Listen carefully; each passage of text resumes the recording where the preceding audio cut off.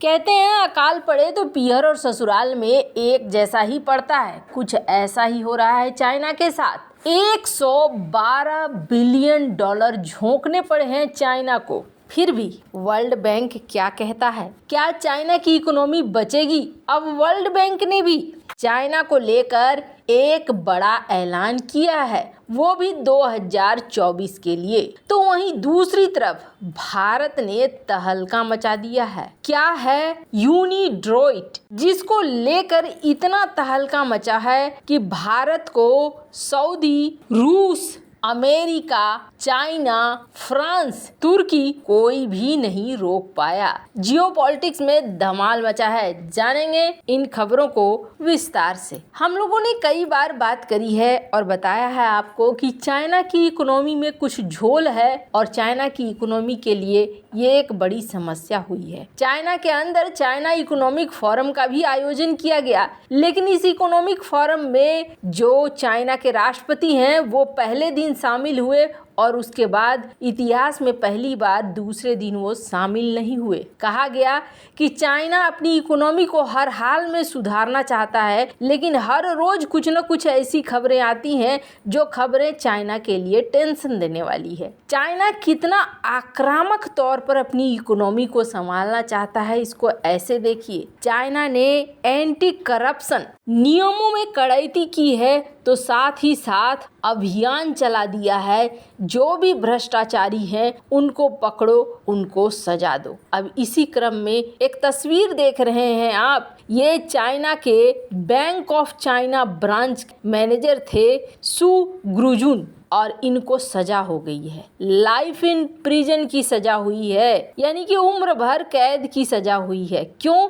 क्योंकि इन्होंने करीब 2.3 बिलियन युआन और डॉलर में कितने होते हैं 325 मिलियन डॉलर, इतने का गबन किया 1993 से लेकर 2001 तक। और आपको बता दें, चाइना की जो फाइनेंशियल इंडस्ट्री है ना, यानी बैंकिंग सिस्टम से लेकर शैडो बैंक से लेकर हर कुछ, ये कितने का है? 60 ट्रिलियन डॉलर का है। इस 60 ट्रिलियन डॉलर में ये बंदा अकेले को दोषी मिल रहा है करीब 325 मिलियन डॉलर का। कहा जाता है कि ऐसे ऐसे बहुत हैं। सू के साथ और भी कोई था, फॉर्मर बैंक ऑफ चाइना के एम्प्लॉई, उनको भी पकड़ा गया है। अब इन्होंने ये सारे पैसे गबन कैसे किए? तो कोर्ट ने ये कहा कि चाइना का जो लोन का नियम है ना, उसमें एक समस्या थी और वो समस्या कमज़ोर थी। फॉल्स लोन्स सामने रख के इस तरीके से गबन किया गया। पर सबसे बड़ी बात यह है कि हाई प्रोफाइल एग्जीक्यूटिव्स को पकड़ा जा रहा है और पकड़कर उन्हें फाइन किया जा रहा है, जेल भेजा जा रहा है, इन्वेस्टिगेशन में डाला जा रहा है। चाइना इतना एग्रेसिव होकर सबसे पहले इस सेक्टर को संभालना चाह रहा है। इसका दूसरा सबसे बड़ा एग्जाम्पल देखिए, PBOC।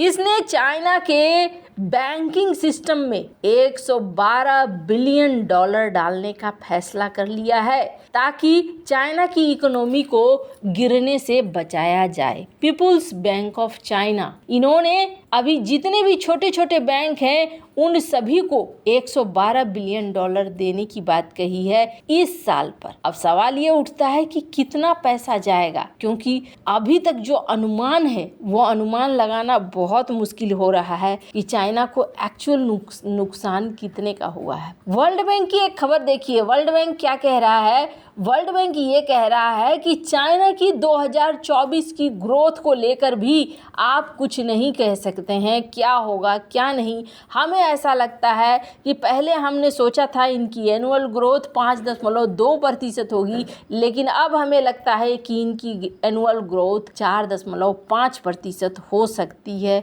और इसके बारे में अच्छा से 2024 में ही पता चलेगा। कहा जा रहा है सिर्फ 2024 ही नहीं, 2025 के लिए भी अनसर्टेन है चीज़ें। कि चाइना के अंदर चीज़ें क्या होंगी। ये स्क्रीन पर आप आर्टिकल देख सकते हैं। इन सब के बीच में अमेरिका की वित्त मंत्री हैं, इन्होंने एक और तड़का लगा दिया और अमेरिका की वित्त मंत्री जेनेट येलेन ने ये कह दिया है कि देखो, आप जो अपने देश में कर रहे हो ना, जो इकोनॉमिक पॉलिसी वगैरह लगा रहे हो ना, ये इकोनॉमिक पॉलिसी साफ साफ रखो, वरना इन्वेस्टमेंट और भी कम आएगा और इससे आपकी ही ग्रोथ रुकेगी। अब ये कहाँ बोल रही थी? ये यूएस चाइना बिजनेस काउंसिल की 5वीं एनिवर्सरी का डिनर सम्मेलन हो रहा था। यहाँ पर इन्होंने कहा कि यूएस कंपनियां कई समय से ये कहती रही हैं, कंप्लेन करती रही हैं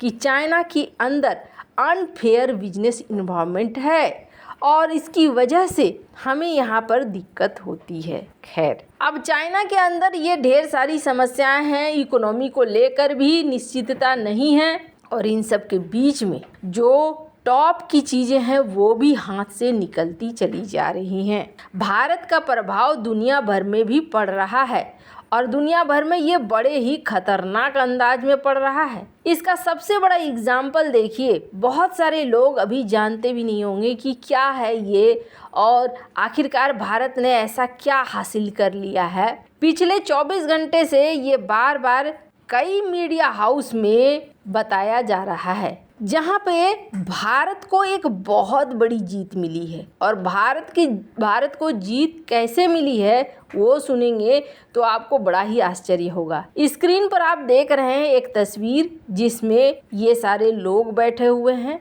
ये एक संस्था है यूनिड्रॉइट। अब ये संस्था कितनी पुरानी है इसका अंदाजा आप ऐसे लगाइए। 1926 में इसका गठन हुआ था और इसके बाद 1940 में इसको पुनर्गठित किया गया था। कुल 65 देश हैं जो इसके मेंबर हैं और इन 65 देशों में एक चुनाव हो रहा था और चुनाव हो रहा था इनके गवर्निंग काउंसिल का। और आपको बता दें, यहाँ भारत को सबसे बड़ी जीत मिली है। इस संस्था में भारत की जो प्रतिनिधि थी उन्हें भरपूर वोट मिला है।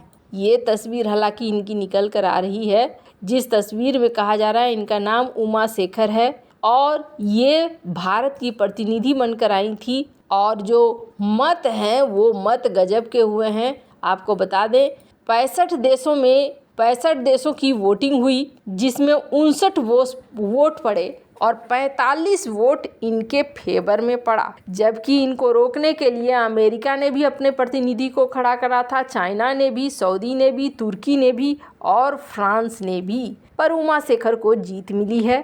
और आपको बता दें ये करता क्या है, तो दरअसल ये एक ऐसी संस्था है जो दुनिया भर में कानूनों को लेकर प्राइवेट तौर पर ध्यान रखती है, इंटरनेशनल कानून और डोमेस्टिक कानून। इसके अलावे कई बार कोऑर्डिनेट करती है, जैसे किसी देश में अगर कुछ कानूनन प्रॉब्लम है तो उसके लिए ये संस्था साथ मिलकर काम करती है। इसका इस वक्त हेडक्वार्टर है रोम में और कितनी पुरानी ये संस्था है इससे ही आपको समझ में आ रही होगी। वैसे इन सब मामले में आपकी क्या राय है कमेंट कर जरूर बताएं। जल्द मिलते हैं अगले वीडियो में नई खबर के साथ।